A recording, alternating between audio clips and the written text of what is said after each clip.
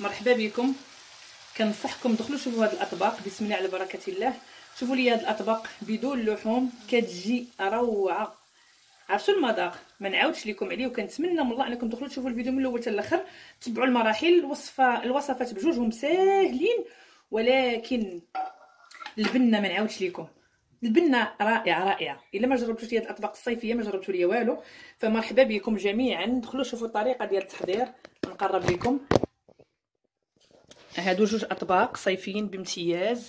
هذه بطاطا بواحد الطريقه كتجي من الذ واروع ما يكون. كنطلب الله شوفوا الفيديو من الاول حتى الاخر، ما تنساوش من اللايك، واللي ما مابونيش عندي مرحبا والف مرحبا، يدير لي ابوني وتبعوا ان شاء الله الجديد ديالي. ومرحبا بكم جميعا. دخلوا شوفوا طريقه التحضير ديال هاد الجوج اطباق هادو اللي اسهل منهم ما كاين، واقتصاديين في متناول الجميع، وعندكم المكونات كاملين في الدار. السلام عليكم، مرحبا بكم معايا من جديد. اليوم ان شاء الله غنوجد معكم اكلات صيفيين بدون لحوم كيجيو رائعين، وكنتمنى من الله انكم تجربوهم بحكم الناس كيطلبوا مني بزاف الوصفات بلا لحم. والناس اللي مجربين كنشكركم من هنا، كنقول لكم شكرا لكم كاملين بالصحه والراحه. اول حاجه غادي نحتاج بطاطا هكا صغيره، غادي نحتاجها. هذه غسلتها بالماء والخل، غادي نسلقها بالقشور ديالها، واللي بغى يحيد القشور كيبقى ليه الاختيار. اول حاجه غناخذ واحد شي حاجه نسلق فيها، بسم الله على بركه الله. البطاطا نتوما كتبقى على حسابكم. غادي ندير شويه ديال الملحه، نتمنى يكون واضح معكم، وغادي ندير الماء، وغادي نحط هاد البطاطا تسلق، ونرجع معكم في تتمه ان شاء الله. ما تنسوش تحطوا لي اللايك الله يحفظكم. صافي درت البطاطا ديالي كتسلق. المهم عندي لكم اليوم جوج وصفات، تبعوا معايا الوصفه مزيان.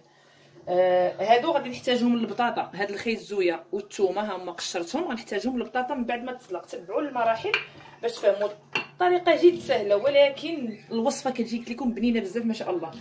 عندي هنا بصله انا خديتها شويه كبيره، وانتم كيبقى لكم كامل الاختيار. يعني البصله استعملوها كيف ما بغيتو على حسب شحال عندكم ديال المطيشه. غادي نقطعها مربعات هكا.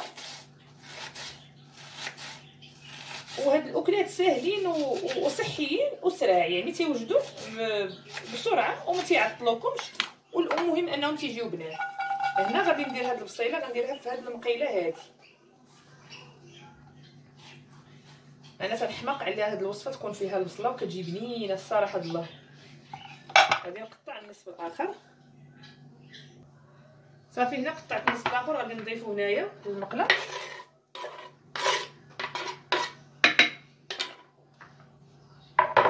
وغادي ندير شويه ديال زويته، بسم الله على بركه الله. وغادي نحط هاد المقله هادي تشحر ليا هاد البصيله هادي. غنرجع معكم ان شاء الله. صافي حطيت البصيله ديالي تشحر. غادي ناخذ فلفله حمراء، غير فلفله وحده، بصله وحده وفلفله حمراء. غادي نحيد ليها هاد الزريعه. صافي هنا غادي نقطعها حتى هي مربعات هاد الفلفله، باش ان شاء الله غادي نضيفها للبصله باش تشحر معاها. عفوا.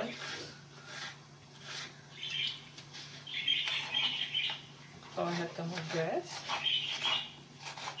هاد الوصفه ما فيهاش الثومه.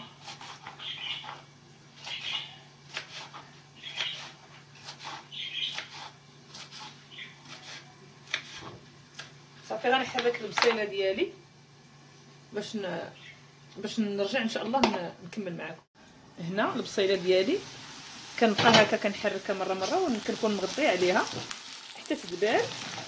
غادي نزيد عليها دابا شويه د الملح وشويه ديال الزعتر ان شاء الله. هانتوما خليكم معايا. ها هي مليحه بسم الله، ومزيره بسم الله. نعاودو نحركو، نخليو هاد البصيله ديالنا نزيد مازالت تطلق لينا، وعاد غنرجعو ان شاء الله.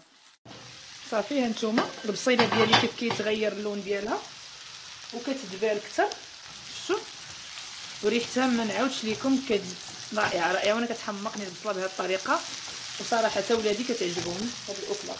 غادي نضيف عليها الفلفله حمراء مع التحريك المستمر. مره كنرجعو نحركو وكان حتى تدبال لينا عاوتاني هاد الفليفله وتعطينا البنه ديالها في هاد البصله هادي.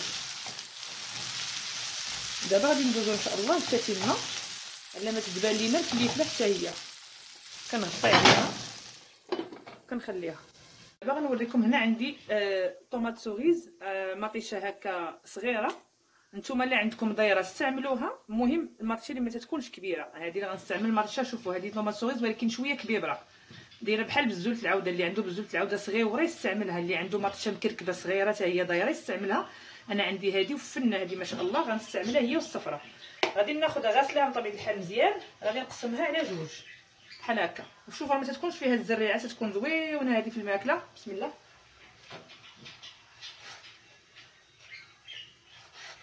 وحلوه اصلا، هي حلوه في الماكله ديالها.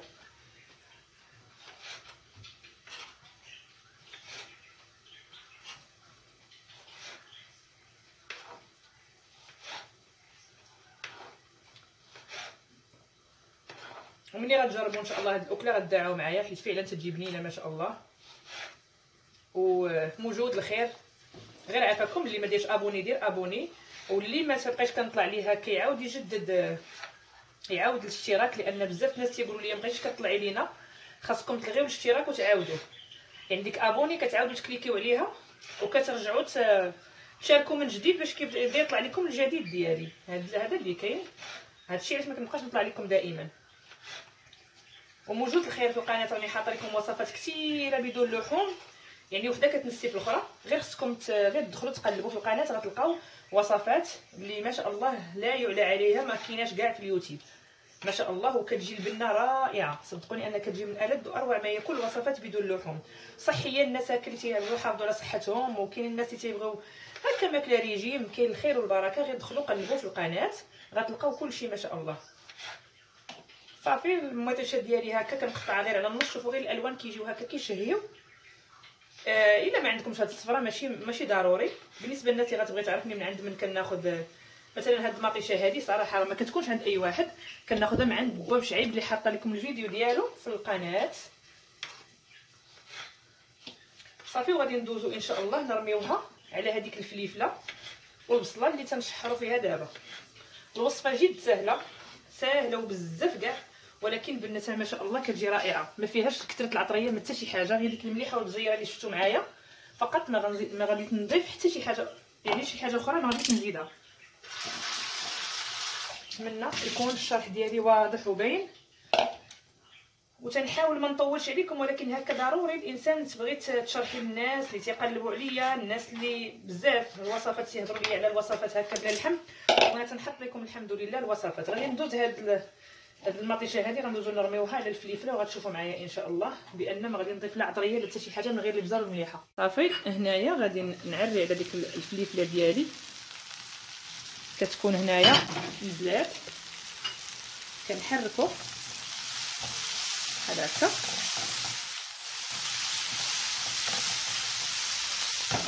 وغادي نضيف ديك المطيشه ديالي اللي قطعت معكم على النص. ما غنضيف لا ماء لا حتى شي حاجه، غادي نقص العافيه. بطبيعه الحال خصنا ضروري نقصوا العافيه ونخليو المطيشه تطلق لينا داك المويها ديالها، ومره كنرجعوا نحركو حتى كطيب المطيشه وكتعسل. وغادي تشوفوا معايا ان شاء الله في الاخر كيفاش غادي تولي. وغنضيف لها معكم شويه د الربيع من بعد ما نقطعو. انا عندي القزبر، وانتم ممكن تستعملوا المعدنوس بوحدو اولا القزبر بوحدو حسب الرغبه. انا عندي المعدنوس، القزبر غالب على المعدنوس. غادي نغطي عليها ونخليها بحال هكا طيب على خاطرها مع التحريك بطبيعه الحال، والعافيه تكون ناقصه ما تكونش مجهده باش ما طلقنا الماء على خاطرها وطيب ان شاء الله. وغادي تشوفوا معايا ان شاء الله دابا المكونات الاخرى ديال البطاطا ان شاء الله. ها هو عندي هنا الربيع، ها هو كتشوفوا معايا مغسول بطبيعه الحال. الربيع عادي كلشي كيعرف يقطعو، نقطعو الربيع ونرجع معكم. الربيع قطعته غادي نحتفظ به هنا على جنب، ما غنستعملوش دابا. غادي نخلي المطيشه ديالي يعني طيب مزيان وتطلق لي ديك الحلاوه ديالها. وغادي ندوزو للوصفه اللي فيها البطاطا بطبيعه الحال. دابا البطاطا ديالي غتكون تسلقات، غادي نشلل هذه. هنايا غادي ناخذ الثومه بالنسبه للوصفه ديال البطاطا. تبعوا معايا مزيان كما قلت لكم الطريقه جد سهله. غناخذ مقيله وحده اخرى اللي غنخدم فيها ان شاء الله البطاطا. كما قلت لكم الوصفه سهله وطريقه التحضير ديالها اسهل، ولكن البنه ما شاء الله ان شاء الله غادي تنال رضاكم وغتولي معتمده عندكم ان شاء الله. يعني هكا الوصفات ساهلين وخفاف وسريع وبنان، يعني اكلات صيفيه بامتياز. وان شاء الله حنا مقبلين على عيد الاضحى ان شاء الله المبارك، الله يدخلوا علينا وعليكم بالصحه والسلامه والرزق والهنا وراحه البال. فكنحتاجوا وصفات هكا يكونوا مرافقين للاطباق ديالنا ديال اللحوم. وبالنسبه للناس اللي ما تياكلوش اللحم راه تكون وصفات صحيه وممتازه، يعني ممتازه جدا. هنايا درت الثومه ديالي، غادي ندير عليها شويه ديال زويته. كيبقى لكم الاختيار، تستعملوا زيت بلديه ولا زيت روميه حسب الرغبه. غادي نحطها نشعل عليها البوطه غير تطلق ليا الزويته ديالها. صافي حطيت الشويمه ديالي ما نغسلوش عليها. غادي ناخذ خيط الزويه وغنحكوها في الحكاكه. بغيتو تحكوها في هذه الطويله كيبقى لكم الاختيار. انا غنحكها غير في هذه، بغيتها ما بغيتش خيط الزويه يكون طويل بزاف وما يكونش. غنحك الخيط الزويه ديالي وغنتوما معايا. هنايا شوفوا هذيك المطيشه ديالي كيفاش كتطلق. هانتوما شوف كتطلق واحد الختوريه، كتطلق داك الماء ديالها كيولي غزال. شوف هانتوما صافي انا قررت نطفي عليها. غادي نزيد عليها شويه ديال الربيع غتشوفوها معايا ان شاء الله. وهنايا هذاك التويمه ديالي طلق ليا هكا بالزويته. عفوا غادي نضيف عليها خيزو اللي حكيت يتشحر معاها. هذه الوصفه ديال البطاطا، نتمنى تكونوا مركزين معايا. خيزويه وحده مع دوك التويمات اللي درت، ونبقاو نحركوا هذيك الخيزويه حتى تشحر لينا وتطلق لينا حتى هي النسمه ديالها مع ديك الثومه. صافي البطاطا طابت. غادي ندوز نوريكم شنو غادي ندير ليها حتى هي. غنعاود نشعل على اللي طفيت عليها على ما نحرك باش ما تحركش ليا الثومه. طفيت عليها غادي نعاود نشعل عليها باش تشحر ليا الخيزو ديالي.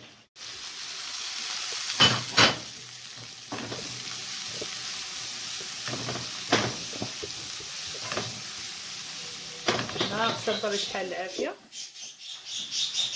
وهنا غادي نضيف شويه ديال القزبر ونحرك.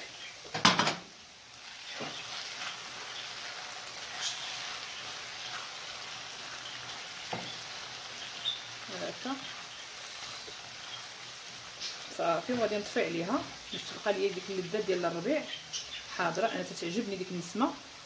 ها هي دابا مارشا ديالتي هذه واجده، غنطفيو عليها ونخليها. هنا البطاطا ديالي هذه تسلقات. غادي ناخذها.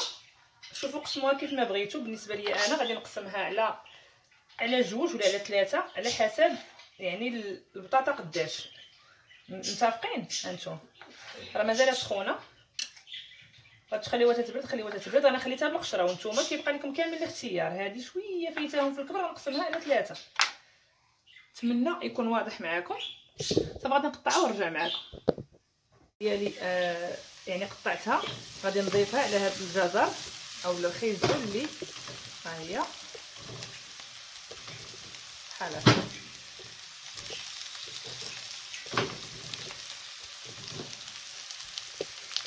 نخليها على عافيه يعني ما مجهداش.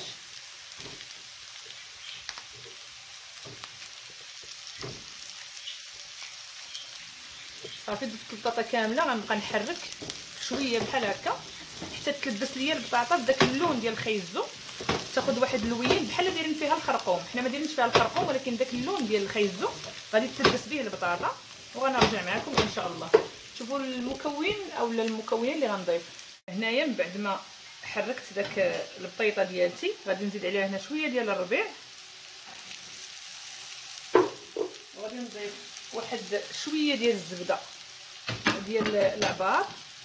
الزبده ديال العبار. وهاد البطاطا كتبغي شويه تعيلك يعني تحمر. نتمنى يكون واضح. وغادي نضيف هنايا شويه ديال الفرماج. بغيت نوريكم واحد المعلقه هكا. غندير فرماج فيمي بودره كناخذو من عند المحل ديال الحوريه. غادي نضيف واحد شويه، كاين غنحرك قبل ان داك سميتو راه تحمر بحال هكا. بغيت انا البطيطه ديالتي بحال هكا تنقصوا العافيه وتخليوها تاخذ لكم هذا اللوين. كنتمنى يكون واضح معاكم، بحال غتولي واحد القرمشه في داك خيزو بحال هكا. واللي ما واصلها سميتو تعاد تقلبوها بحال هكا وتوصلوا ليها. كان افضل لو انكم تستفوهم كاملين بحال هكا من الجهه اللي بيضاء ديال البطاطا باش غادي ياخذوا لكم داك اللوين. قصت واحد الوحده خسرتها هنايا، غادي نحيدها ما تخسر فيا الميضر. غادي ندير هنايا داك الفرماج فيمي اللي قلت لكم عليه، درت انا تقريبا واحد المعلقه هكا صغيره. هو راه مالح من يعني الملح اللي سقنا فيها صافي. وغادي ندير داك الفرماج. انا عندي غير موتزاريلا الجبر عندي. بالنسبه لكم نتومايا ديروا فرماج حمر، اي نوعيه ديال الفرماج كتناسبكم هي اللي غتضيفوها لهاد الوصفه هذه. صافي هنا غادي نحرك واحد شويه وغادي نطفي على ما يعني تخلط ليا داك الفرماج مع البطاطا. وغادي ان شاء الله تشوفوا معايا الاطباق جوجهم في الشكل النهائي ديالهم. شوفوا تبارك الله كيف كتجي معيلكه وزوينه، كتجي فنه فنه فنه. المذاق ما غاديش تسخاو به صراحه. المهم هذيك البيطه راه حركتها ما حيدتهاش معليش. ايوا دابا ان شاء الله نشوفوا معايا في صحن التقديم. حاجه نسيت ما قلتهاش لكم ولكن ماشي ضروريه، غير هي بالنسبه ضروري كنديرها، غير نسيتها. هي شويه ديال الابزار، شويه ديال الابزار هكا من الفوق. يعني الوصفه فيها غير الملحه والابزار ما فيهاش شي حاجه اخرى. هذا هو الشكل النهائي ديال الاطباق ديالي اللي وجدت معكم اليوم. كنتمنى من الله انكم تجربوهم. عرفتوا البنه راه ما نعاودش لكم ما تحقروش الملحه والابزار. راه الملحه والابزار تتلذذ الاطباق، تتحافظ على النكهات او النكهات اللي تكون في الخضر ديالنا. البطاطا اللي جات من ألذ واروع ما يكون. فبالصحه والراحه، وما تنسونيش عافاكم من اللايك، وجربوا ردوا عليا وحكموا. جربوا حكموا. بالسلامه عليكم وبالصحه والراحه. نتلاقاو ان شاء الله في فرصه قادمه بحول الله بالصحه والراحه.